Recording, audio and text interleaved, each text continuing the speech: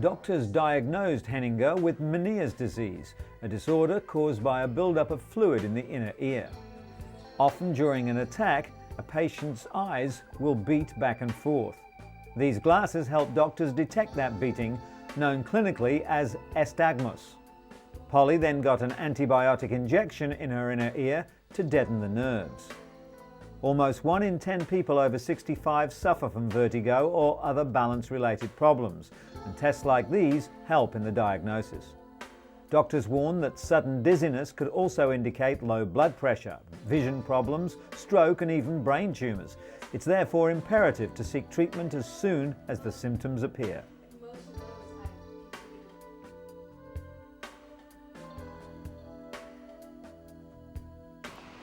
54-year-old Jean Carfora went deaf over a year ago. Suddenly there was silence when only days earlier she could hear a pin drop. The boy fell from the window.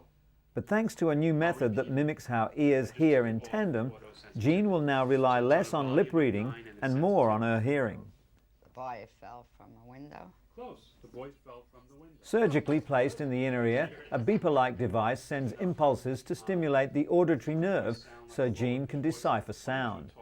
These cochlear implants aren't new, but tuning them to each other is.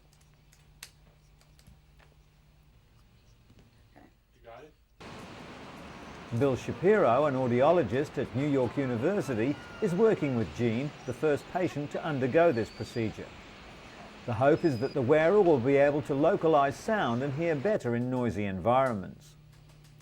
Jean will probably never hear normally and is still considered hearing impaired, but doctors say she'll grow more accustomed to the implants in the coming months. Like Jean, 28 million Americans suffer from significant hearing loss, yet as many as 23 million don't wear hearing aids. Financial considerations and cosmetic concerns are the most common excuses. The Songbird is the world's first disposable hearing aid, a discrete device that works like a traditional analog hearing aid but costs just $40 versus the $600 to $2,000 charge for the standard hearing aid. To help boost the hearing loss in his left ear, Lawrence Dunson began using the disposable device. Now he sees doctors every 40 days when the battery expires. For Lawrence, the Songbird truly marks the dawning of a new era. The disposable hearing aid is not suitable to all patients, particularly those with serious medical conditions, and because they're not custom fitted, some people are physically unable to use them. A digital version should be on the market within the next 3 years.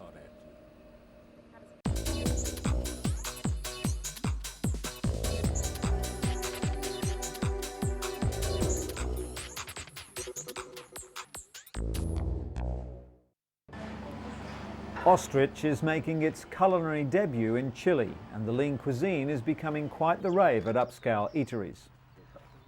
Farmer Cristobal Bascuan says his business began when he read about the quality of the meat on the internet.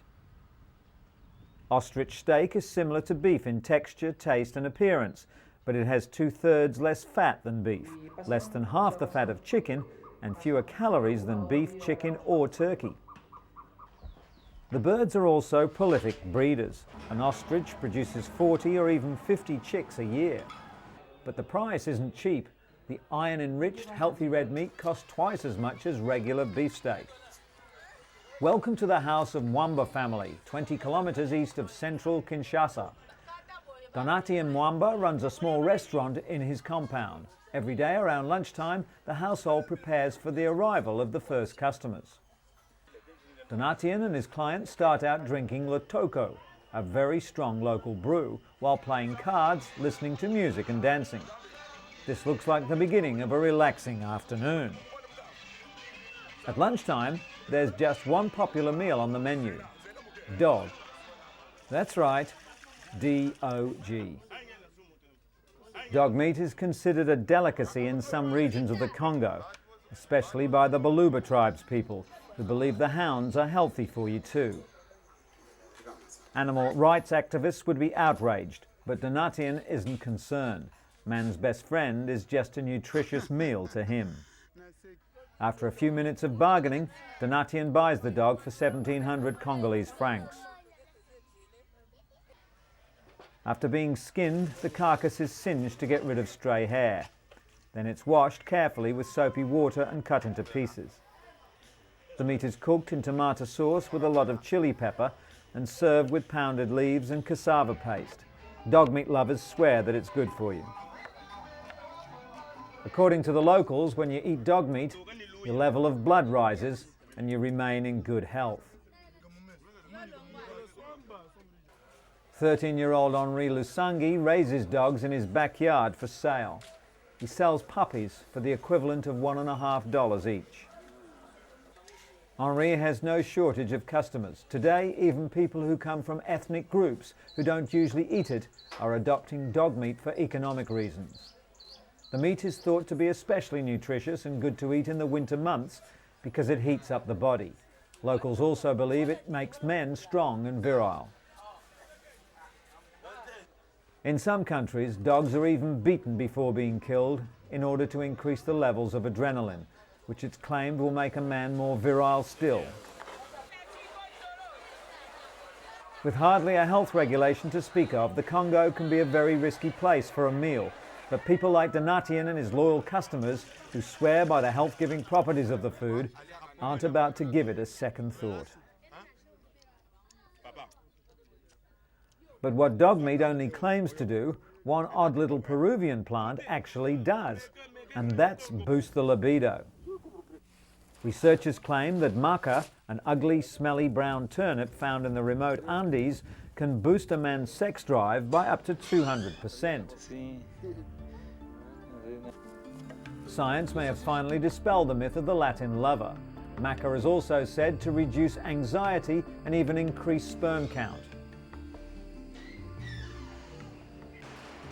Peru's maca export is currently bringing in between $2 and $3 million, and the latest research, which has not undergone independent review, could bolster sales even higher.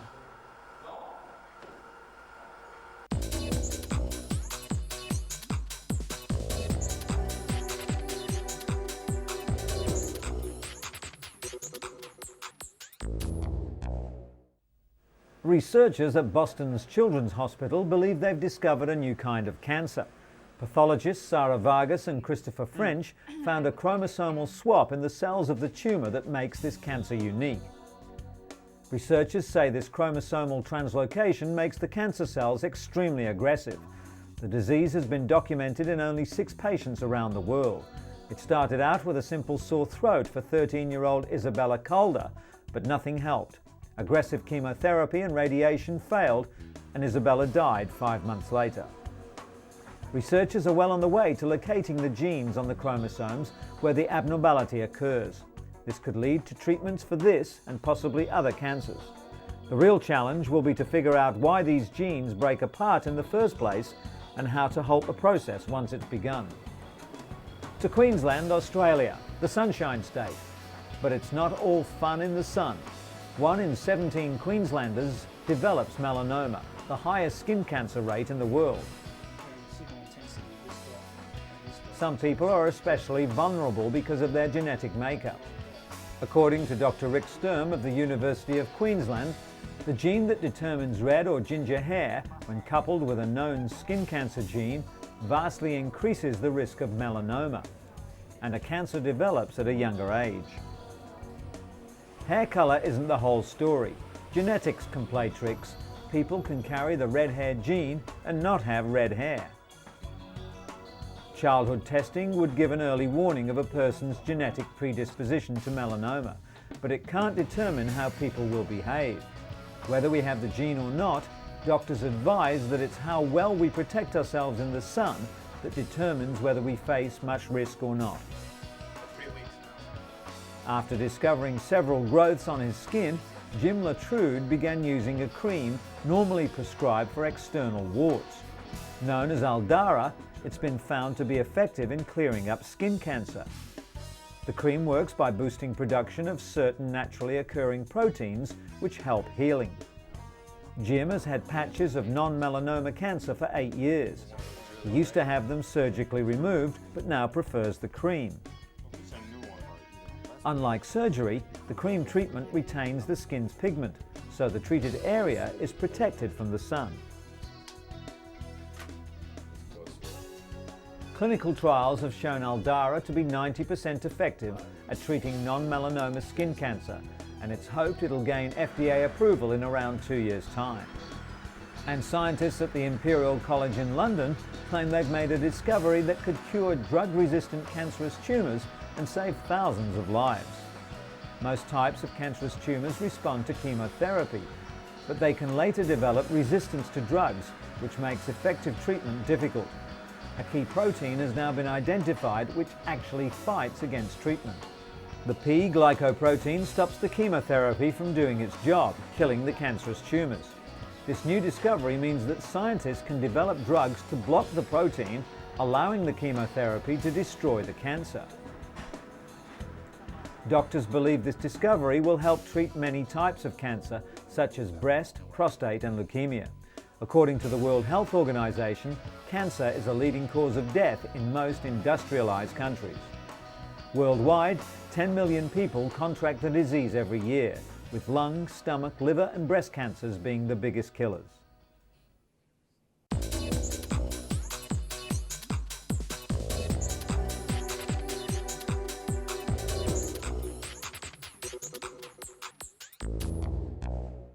Afghanistan has more landmines than any other country in the world. It's estimated that up to 8 million of the deadly weapons still lie in wait. The US campaign to rout out the Taliban inadvertently forced thousands of refugees to flee their villages, often straight into minefields. As a result, the number of injuries and deaths suddenly skyrocketed. A visit to an orthopedic centre in Kabul illustrates the human cost of 23 years of war in one of the world's poorest nations. In just the past 12 years in Afghanistan, Alberto Cairo has seen 5 governments survive 2 civil wars and helped countless people disabled by landmines and rockets to build their lives. Through the bloody warlord era after the Soviet withdrawal and the austere years of Taliban rule, the flamboyant Italian has worked as head of the International Committee of the Red Cross Orthopedic Project, earning the name Mother Teresa of Kabul. His centre treats around 300 invalids a day, 80% of them landmine victims, and often treatment, training and counselling to help them reintegrate into society. Cairo and his staff encourage their patients to learn to walk again with prostheses and go on with their lives, not to think that their lives are over, as so many do. Before the bombing, around 90 people a month were killed or maimed by landmines. The number now stands at over 550. Half the victims die before reaching what few medical facilities still exist, so in reality, these patients are the lucky ones. Since it began in Kabul in 1988, the International Committee of the Red Cross Orthopedic Project has also opened centres in Herat, Mazar-e-Sharif, Jalalabad, Gulbahar and Faizabad. The Kabul centre operated during the decade-long Soviet occupation, when most of the minefields were first laid out, and continued its work through the Taliban era, not least because of some of its patients were Taliban, although men had to be strictly segregated from women.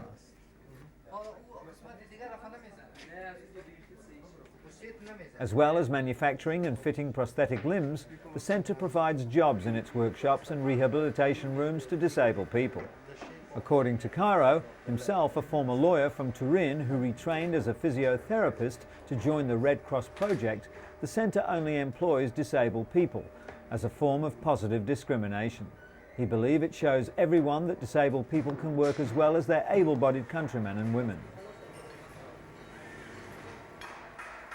The Taliban eventually forced Cairo to leave Kabul a few days after the September 11th attacks on the United States, but he was back by the end of November, a few days after the Taliban fell. Cairo breathed a sigh of relief when a new interim government under Hamid Karzai was sworn in soon after that, with a mandate to rebuild the nation with a massive injection of international aid. The World Bank recently estimated that Afghanistan needed at least $9 billion to rebuild its economy and basic infrastructure.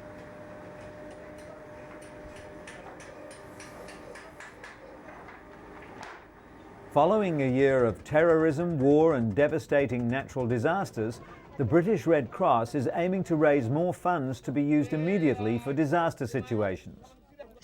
Not all disasters receive international press, limiting the capacity for charities to raise money.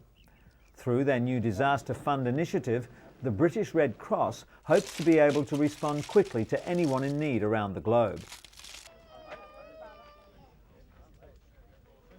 Recently, for example, an earthquake hit southern Peru and 60,000 people were left homeless. It didn't get much news coverage, but it did devastate an entire community. Within 48 hours, 50,000 blankets were sent from the British Red Cross to the Peruvian Red Cross to support those affected. With over 130 years of experience, the British Red Cross plays an important role on the world stage and continues to work under two fundamental principles: neutrality and humanity.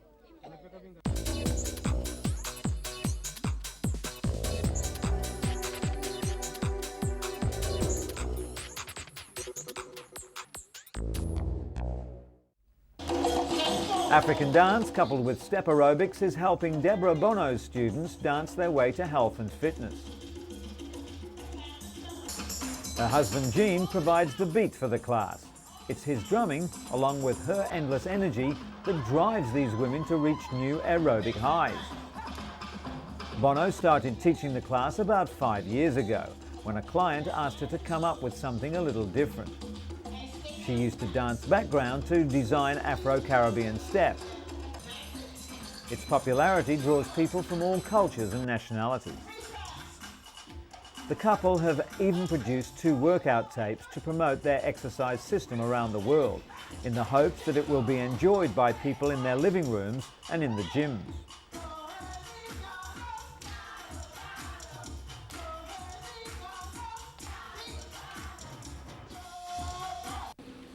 Speaking of gyms, a German doctor had borrowed some exercise equipment and modified it to treat injuries and other physical disorders. The underwater bicycle dramatically reduces rehabilitation time for patients with leg injuries. Martin Hartkop is one of Dr. Van Katten's patients. He recently underwent surgery for tearing his cruciate ligament while playing basketball. The ligaments hold the knees in place, providing stability and flexibility. Conventional rehabilitation takes about 14 weeks, and hydrotherapy is only introduced in the later stages. Patients are normally able to straighten their knees after 10 weeks, but studies show that people training on the underwater bicycle could flex their legs after just 6 weeks. The secret lies in exercising in a weightless environment. In other sports news, Impact Leisure International has developed a new ski slope surface, which will give skiers a softer, easier landing. The injury-free invention, known as playgrass, is made of 2 layers of geotextile material and is gap-free, which means fingers and thumbs can't get trapped in a fall. The company has already had considerable interest from Mexico, the Far East, and several European countries, including Italy, Spain, and Portugal. Those who've already tried the new slopes claim the surface offers more turning ability and is even more slippery than normal skiing, but without the bruising.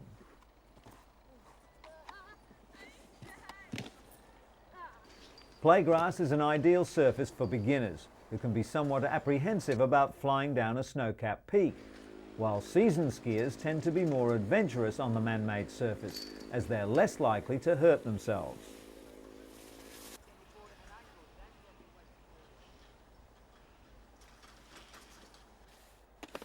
The company has had particular interest from America, where personal injury concerns have until now stopped the development of the dry ski slope industry.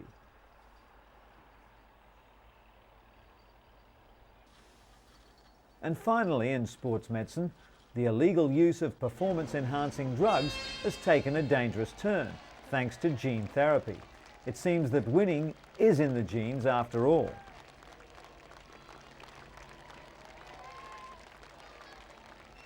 Scientists at University College London studying cardiovascular genetics have identified the first 7 genes associated with human performance. While their work is being designed to help those with serious illness, it's feared it could be illegally used by athletes. By understanding how these sporting genes work in regulating performance, opportunists might find pharmaceutical ways of enhancing the body, much like the human hormone EPO was copied and used by cyclists to enhance their strength, stamina and riding ability. Research in this field is just getting started, so matching the right genes to types of performance is still a long way off. At some point though, it could lead to the arrival of gene drugs, which would be very difficult to detect.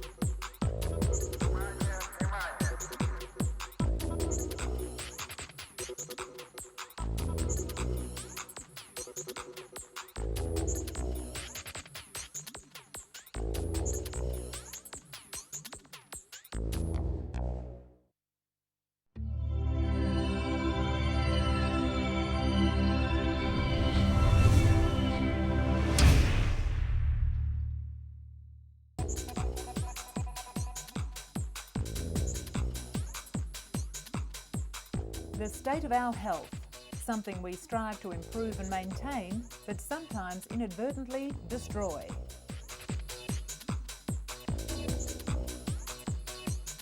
Universally, it's vitally important. The Germans have a universal word for it.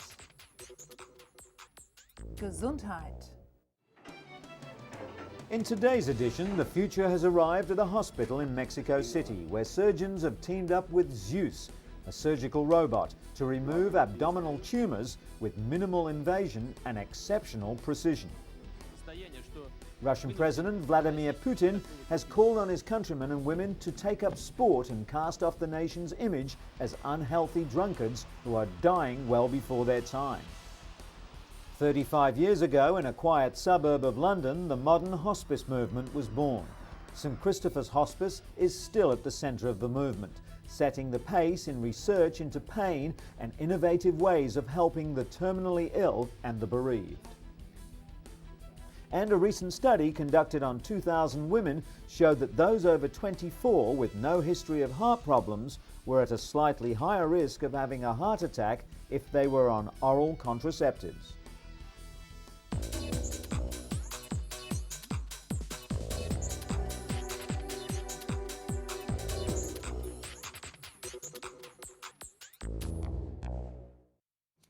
But first, imagine preparing a crack pipe as part of a new addiction therapy program.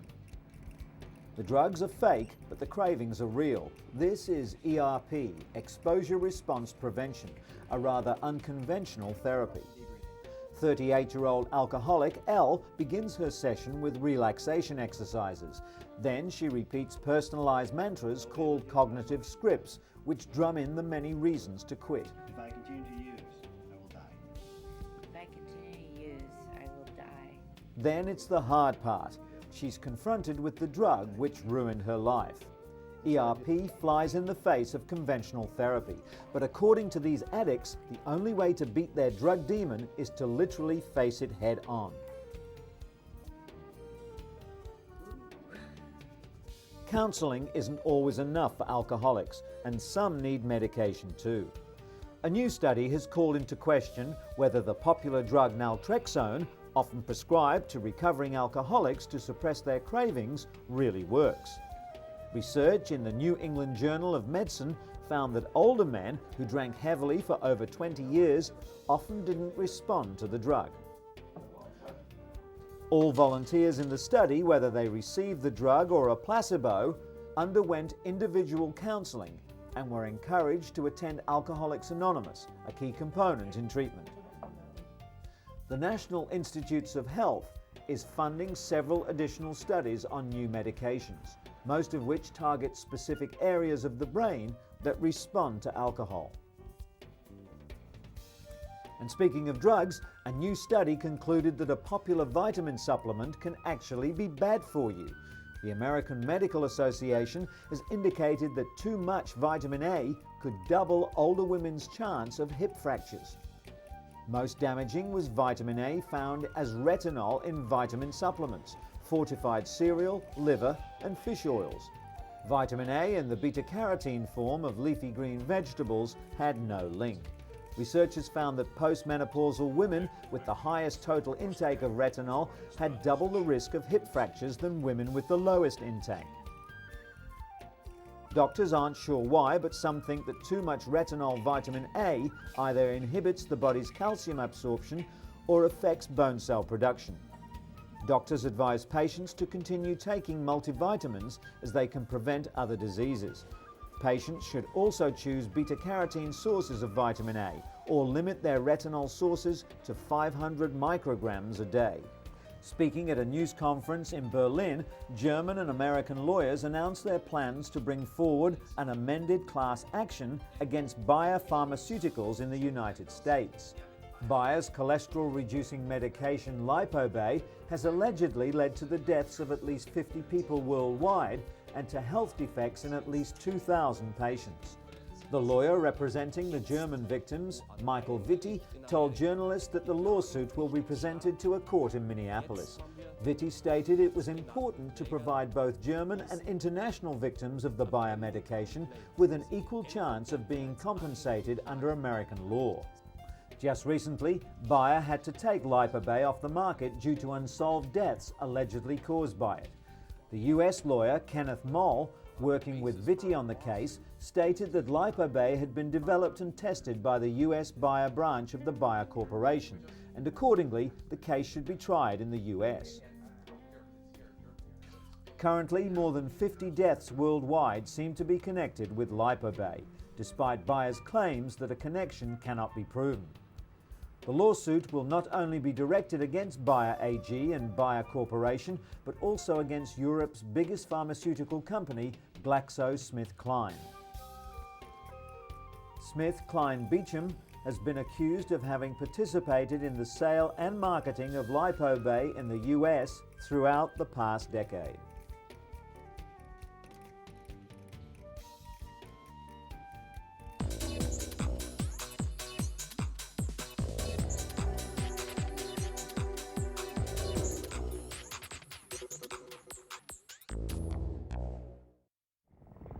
Tula Westlake is having the time of her life on a 5-star vacation viewing animals in the African bush. But her trip is more than just relaxation. She's one of the growing number of scalpel safari tourists coming to South Africa for a nip and tuck, and then recuperating while on safari. A few days earlier, she went under the knife in a Johannesburg clinic. During 5 hours of surgery, she had a breast lift and enlargement, plus a tummy tuck and liposuction. Tula was thrilled with the results and felt she got value for money. Patients first relax at luxurious hotels before entering hospital for their cosmetic surgery. During this procedure, an inch of skin was removed from either side of the face and the muscles were pulled back. It's not going to be painful. The patient recovers in hospital before the safari begins.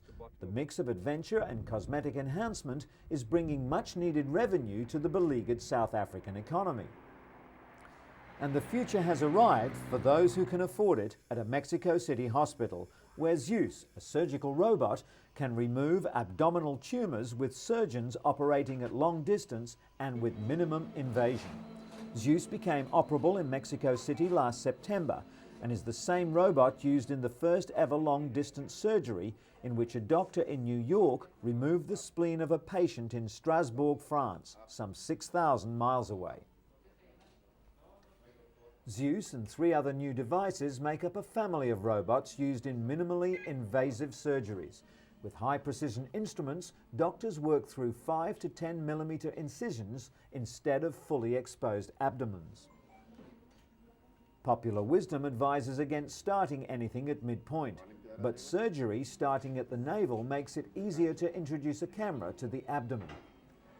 The technique has been refined to the point of having this procedure performed as routine. Sitting at a chair in front of the controls, surgeons maneuver the robotic arms to remove damaged tissue, suture the cut and return the stomach to its proper position.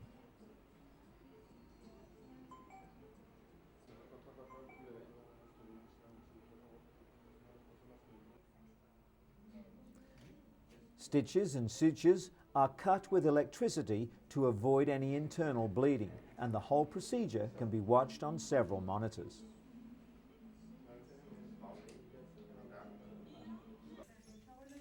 Surgery concludes successfully, while 30 similar procedures are pending approval all around the world. And our surgical rounds end today with a tall order from a short woman. We're at the Sinai Hospital in Baltimore, Maryland, where internationally known surgeons Dr. Paley and Dr. Hetzenberg will perform a limb lengthening procedure on 20-year-old Meredith Jones. Meredith suffers from achondroplasia or dwarfism and stands 127 centimetres tall, but over the next 3 years she hopes to grow 25.4 centimetres taller. During the procedure, Paley will place 3 screws into Jones's humerus bone. To aid in the procedure, doctors will rely on imaging technology to show them the exact placement of the screw. Together, the surgeons have performed more than 4,000 of these operations and can complete their work on a limb in less than an hour. Dr. Paley carefully breaks Meredith's bones and locks them into place with an external fixture. For the next 7 months, she'll rotate the screw 4 times daily to lengthen her bones. The device works by gradually pulling the broken bone apart, which will then be filled in by new bone.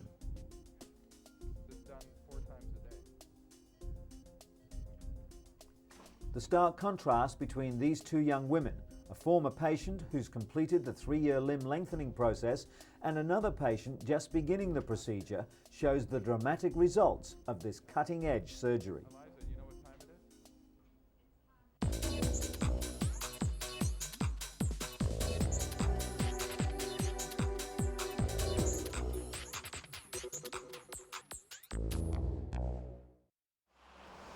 Russia's President Vladimir Putin is on a health drive. He wants his countrymen to get fit, stay off drink and live longer. The leader's recent statement was aimed at drinkers and smokers in Russia, where it's not unusual to see people of all ages smoking and drinking beer, sometimes in the morning on their way to work. Putin, the first Kremlin leader who is known to despise alcohol and cigarettes, told a meeting of the country's state council recently that the state of the nation's health was shameful. The Russian president, a black belt in judo and a keen skier, has called on political figures to take the lead in promoting a healthier lifestyle for all Russians. Some politicians have been quick to respond to the president's call. Russian Deputy Premier Valentina Matvienko and ultra-nationalist politician Vladimir Zhirinovsky recently took part in a cross-country skiing competition with their leader. The core of the problem is that sports in Russia have all but fallen off the political radar screen since the breakup of the Soviet Union. Latest statistics must make for unhappy reading back at the Kremlin. Only 10% of Russia's 150 million people take part in sports. Average life expectancy is 59 for men and 72 for women, but Russian women don't live longer because they're fitter. It's just that alcohol kills the men first. It's a rich irony that today's Russia boasts world-class athletes, including many professionals scattered all over the world. But this elite band of sports professionals has no grassroots in Russian society itself. Over the past decade, the country's sports facilities have been neglected and are crumbling due to the lack of funding, a far cry from Mother Russia's former glory.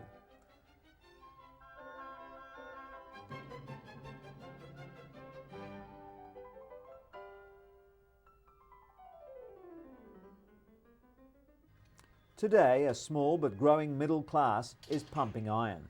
They clearly think that a fitness club membership is money well spent.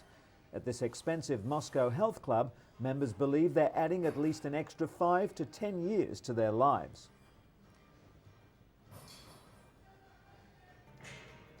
The problem is, health clubs with state-of-the-art facilities are priced well above the means of ordinary Russians, and affordable sports facilities are almost non-existent in small Russian cities. At one of Moscow's few junior gymnastic schools, 8 to 10-year-old girls twirl batons and do stretching exercise. It's a Soviet-era sports facility, but the best that the parents of these children can afford.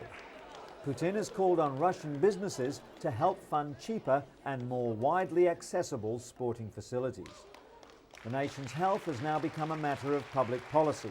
Whether Putin will win the contest to stop the rot still remains to be seen. But with state funding all but dried up, many locals don't believe that businesses alone could do enough. As the Russians have discovered, where you live could have a profound impact on your health. The New England Medical Journal found that study participants who developed cardiovascular disease were more likely to live in disadvantaged neighbourhoods. Whites living in such neighbourhoods were found to have a 70 to 90% higher risk of coronary disease, while blacks had a 30 to 50% greater risk.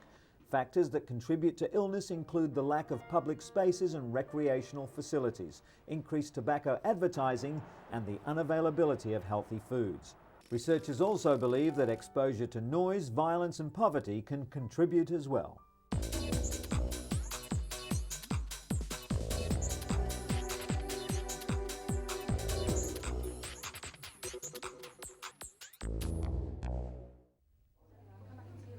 Modern hospices offer people with incurable diseases professional medical help to control pain and, just as importantly, emotional support for themselves and their loved ones. But it wasn't always like this. In the 1940s, patients and their families were often distressed by a hospital system which wasn't set up to care for the terminally ill. Working as a nurse back then, Dame Cicely Saunders found little help available for patients with terminal illness. She decided to devote her life to improving care for the dying. She even trained as a doctor, researching new ways to control pain. In 1967, Dame Cicely founded St Christopher's Hospice in South London. It was the world's first teaching hospice, combining clinical care with teaching and research, as it still does today. St Christopher's cares for over 1,600 patients a year. Some are admitted to the 50-bed inpatient unit, but most are cared for at home by the doctors, nurses and social workers of the hospice's home care teams, an innovation pioneered by this hospice. Since its foundation, St Christopher's has been at the forefront of research for the care of the dying, which has now developed into a recognised medical specialty: palliative medicine. The regular and safe giving of oral morphine to control pain was first done at this hospice. 1 day a week, inpatients and those cared for at home are offered activities at the day centre, including craft work, aromatherapy, painting and creative writing. The aim is to counter the feelings of helplessness and isolation that chronic illness can produce. A resident artist offers coaching and advice. He can even bring a patient's artistic vision to reality if they're too weak to hold a brush. The centre also offers more formal art therapy sessions to help people to get in touch with feelings they may not be able to otherwise express. It's also about getting people in touch with their strengths as well. The supportive and positive atmosphere of the hospice comes as a welcome surprise to many who come here. Over 50,000 health professionals have passed through the various palliative care training schemes run by the hospice, and despite the vast number of books, journals and reports available, they find that the patients are still the best teachers. Now there's a growing interest in the needs of the dying in developing countries, especially with the increasing burden of AIDS-related deaths. 70% of the world's hospices are now in developing countries, and St Christopher's offers training for all. The idea is to take the latest research based on clinical experiences and adapt them to various communities around the world. The Hospice Information Service offers advice to members on all aspects of setting up and running a hospice. It also puts travelling patients in touch with hospices overseas. A recent St Christopher's patient who wanted to make a final trip to Kenya before she died was able to find out about a hospice in Nairobi. Care at the hospice is completely free of charge, while half their running costs come from the government. The rest is raised by the staff. Last year, St Christopher's won the Conrad Hilton Prize. The $1 Million award was in recognition of the pioneering work of the hospice in bringing light to the previously misunderstood or ignored world of the dying and their families.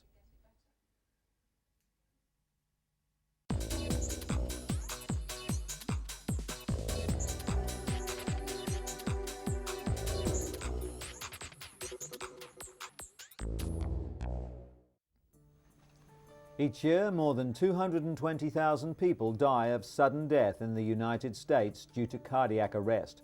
Death occurs from an abrupt loss of the heart's ability to pump. Scientists have long known that high levels of free fatty acids can trigger irregular rhythms in people with heart disease. But in a recent French report, healthy men with elevated levels of free fatty acids are also at a higher risk of sudden death. Free fatty acids are released into the bloodstream when needed for energy. In low amounts, they're not considered dangerous. One beneficial dietary fat, omega-3 fatty acids, found in fish like salmon and tuna, may actually also help lower a person's risk of sudden death. Researchers are now suggesting that routine measurement of free fatty acids may help identify individuals at high risk of sudden death. Another study just published in the New England Journal of Medicine confirms that women with no previous cardiac problems who take oral contraceptives have a slightly higher risk of heart attack.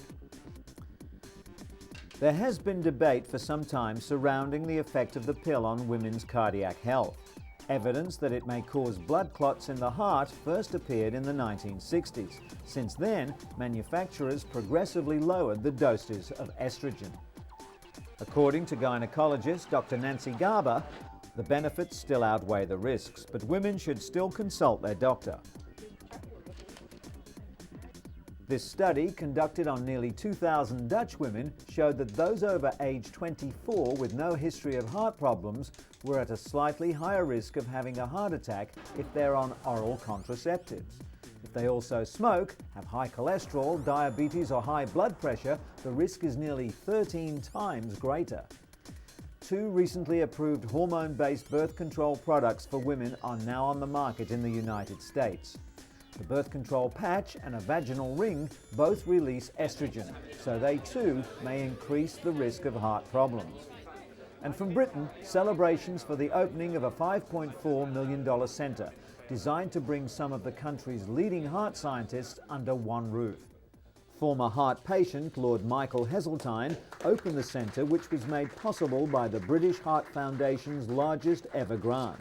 Some years ago, Lord Heseltine himself suffered a major heart attack. 4 of Britain's top specialists will lead a team of more than 120 researchers. They'll be looking at the underlying processes which can cause heart disease and ways of preventing and treating it. Heart disease is one of humanity's greatest foes, and an urgent need exists to understand it and then defeat it as quickly as possible. Sentiments that 2-year-old heart patient Jack Waller would surely agree on.